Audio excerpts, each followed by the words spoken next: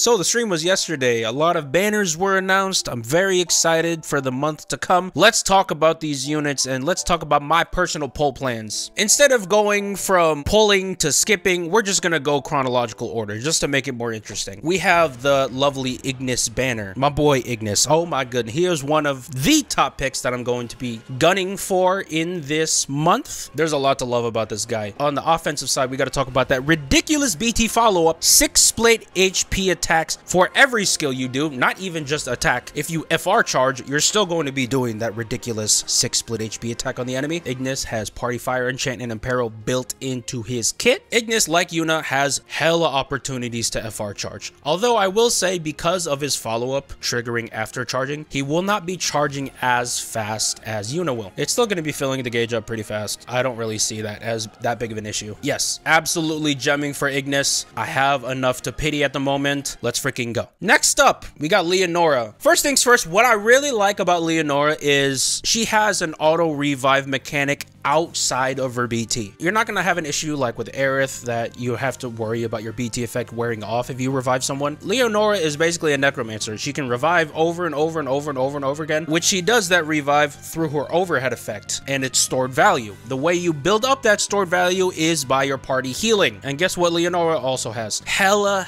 healing. She is the Oprah Winfrey of healing in Opera Omnia. You get healing, you get healing, you get healing. But what's really cool is even having auto revive, even having tons of healing, she still has an extra defensive measure built into her. With Party Last Stand, your team is going to be that much harder to one-shot with an already broken kit surrounding healing and revive. In a way, Leonora could be considered as a defensive support because she has so many security measures for your team. Also, her being the only Black Crystal Charger. I'm not sure if they fixed that in JP or if she still is the only Black Crystal Charger, but if you're trying to build up them Black Crystals, Leonora is definitely a pick you need to consider. Also, with Maria FR, we got to talk about that. Yeah, unfortunately, I would have already gemmed or pitied for Ignis, so my resources at this point would not allow me to gem Leonora as well. So I'm gonna be maybe gunning for some tickets, see if I can get that BT or not. If not, it's all right. I still think Leonora is a pretty darn good unit. You just won't be dealing as much damage as you could. You know who you would be dealing lots of damage with? Ida. Ida, one of the best DPS out right now. I don't even think that is a subjective statement. You can just look at the numbers. You can look at how strong her attacks are. You can look at the fact that her BT itself gives Ida a 150% HP cap up. No other DPS unit is even close to that amount besides Enacro. Okay, that effect is dumb. Crazy damage. Absolute bonkers, ridiculous. She can be considered among the line of auto delete units along with Astos and Enacro. You click one move, the enemy is dead. I think it's safe to say that she can be one of those people because her LD attack is one of the strongest skills in the game. If we're not counting BT finishers, if we're not counting FRs, we're just counting the skills, her LD attack is one of the strongest. And if you include any FR cap ups, I think it's calculated that she does more than Astos with his LD. Little food for thought there. Now listen, I know that DPS units aren't necessarily that friendly to aging over time, and you can find DPS in so many different ways in the game, but Ida is just so crazy in the damage department. You can't help but consider her. Also, the fact that her BT effect is 10 turns, like what? You can't give one of the strongest units in the game 10 turns. Why? I understand you have to charge it up a little bit, but still, that's like 8 to 7 turns of full power, 150% cap up. Like this. And yet other units still have 6 turns of BT effect. Like the consistency, you know, I'm gonna just not even try with that. Point is, Ida is amazing. If I still have gems and if I still have enough to pity a unit, it would definitely be Ida. Lunafreya, what a very peculiar case with this lady right here. Lunafreya, her biggest selling point is actually with her LD, not with her FR, not with her BT. I mean, they're great, don't get me wrong, but we're really here for that LD. Normally, you would like to put her in the leftmost position so she can give everyone free turns with her LD. And with her LD, it's actually that much easier to set up for proper force times, set up for proper BT phases, which can be normally hard with some DPS units, slower ones especially. Lunafreya makes that job so much easier, and also her as an LD call is still one of the best calls in the game in my opinion. I think it's really fantastic. And just a little side bonus, Party Ice enchant, and a framed Imperil debuff. A little icing on the cake right there. If you ask me, if you're okay with not having the cap ups from it, I don't think having her BT is that important. And if you're just planning on using her as a call, I really don't think having her FR is that important either. If you're running low on resources and you don't already have Lunafreya, and you don't really have any sort of attachment to her, I would recommend you at least get up to the LD so you can utilize that really good call of hers. Apart from that, there's no real harm to skipping her. I, for one, already have her, so I'm gonna enjoy her FR boards as well. Jessie! Jessie, on top of being unbelievably sexy, is a turn manipulator. She has a lot of options to delay enemy turns, and also with her own skills, she turn warps party members as well. She works both ways, and with her BT,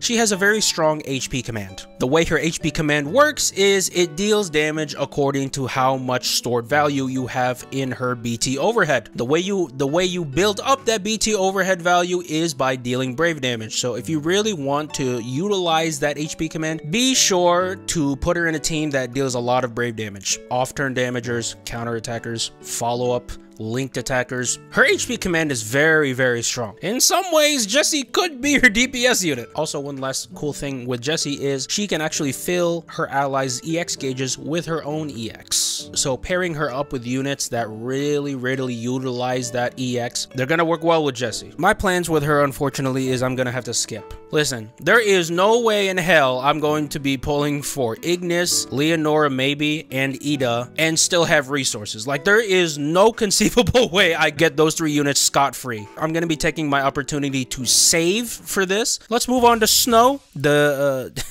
He's a tank. He's supposed to be a tank, I guess. And he does have defense built into his kit. So he technically is a tank, but come on, he's a DPS unit. Really? Like, let's not even play around here. If Snow isn't a favorite, no veteran player is gonna go to their roster and be like, for this fight, I really need a good tank. What's the best possible tank I can use for this fight? Let me use Snow. No one's ever said that. I will say though, with his strong preemptive attack, now dealing 9 AoE HP attacks at the plus version, he's a much better DPS unit than he ever was a tank. Very strong, and you can actually abuse that preemptive attack if you spam his LDs. Now, I make fun of him for being a tank, but he does need to get hit in order to build up his buff, so he can also have a way to use that plus preemptive attack. On top of that, he has Party Ice enchant. Very cool. My plans for Snow. I actually have his BT already, so I don't have to worry about pulling for it, thankfully. I'll probably just get the tickets up to the FR, but if I do get the FR, I probably won't green because someone else is coming up that I will definitely want to green. And that person is going to be Cissnei. Cissnei is follow-up goddess. When she came out with her LD, she was one of the best follow-up units in the game. And with her BT active, that follow-up will trigger twice. You basically have Ignis's follow-up. 6 split HP attacks every turn with her BT active. With Ignis, it only triggers when he moves, but with Cissnei, it triggers every single attack. Everyone, even calls attacking, even unupgraded Brave commands, they're going to be triggering that split HP attack. And the great thing with Cissnei is, unlike Kadaj, where you need a certain debuff to be maxed out in order to trigger the linked attack, Cissnei's all good with that. Just make sure she has her LD buff or BT on, spam all the attacks you want. A very brain dead character, I must say. But sometimes being brain dead with your gameplay is the optimal strategies. If, God help me, I have enough resources to get her, I am absolutely going to be gemming for my girl. Absolutely amazing. Now let's move on to the last bunch.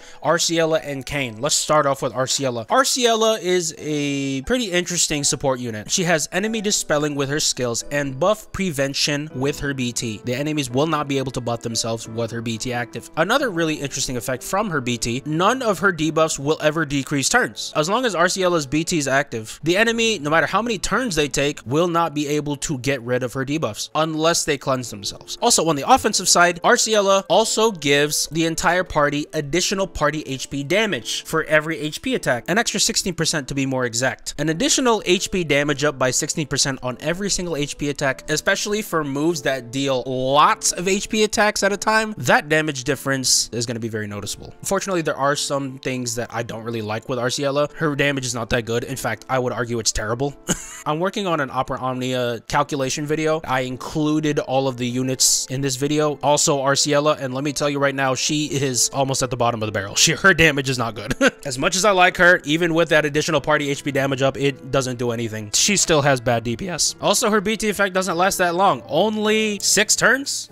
Really? I get it. I get that you have additional party damage, essentially a 16% cap up on top of her 30. And I get that enemies cannot buff themselves. And I get that Arciela's debuffs during that time is going to be indefinite. But Ida has a 10-turn BT effect. That's all I'm saying. My pull plans for her, given that I plan on gemming 3 units already before her, I definitely will not have enough resources to get her. At most, I will try and get some tickets, see if I can get lucky. Last unit, Kain. Kain, like Cissnei, is an off-turn damager. However, he works very differently from her. How Kain deals his off-turn damage is he uses his Transformed Brave command when his overhead hits level 4. He jumps up in the air, and then every turn that passes while he is in the air, he will deal off-turn damage. There are a lot of cool things about this while he's in mid-air. He has complete evasion from all enemy attacks, even enemy attacks that are guaranteed, and you normally couldn't evade it. With Kain jumping, he still will be able to dodge those attacks. I've seen some people put a lock call on Kain, so when he jumps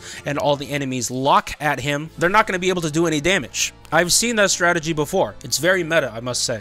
Also, one great thing when he jumps is he self-delays himself. So there's going to be a sizable chunk of turns that Kain is going to be in the air. Your party can either deal lots of damage during it, or the enemy can take up lots of turns themselves and get hit with off-turn damage every single time. I, for one, like Kain's off-turn damage because it's very consistent. His damage will be triggered at the end of every turn, guaranteed, if he's in mid-air. Now, he doesn't deal the most off-turn damage in the game because, you know, we have Cissnei, we have Kadaj, we have Weiss. That being said, I do still think it holds its own in the game. My pull plans for Kain, it's a really easy answer. I already have him, so I'm just gonna give him FR boards, use enhancement points, and I'm all ready to go. That is my pull plans for the rest of October and the beginning of November. Let me know your guys' pull plans, even though most of you guys have already told me. Comment down below again. You know, it doesn't hurt to repeat yourself twice. Thank you guys so much for watching. I'll see you guys in the next video. Bye!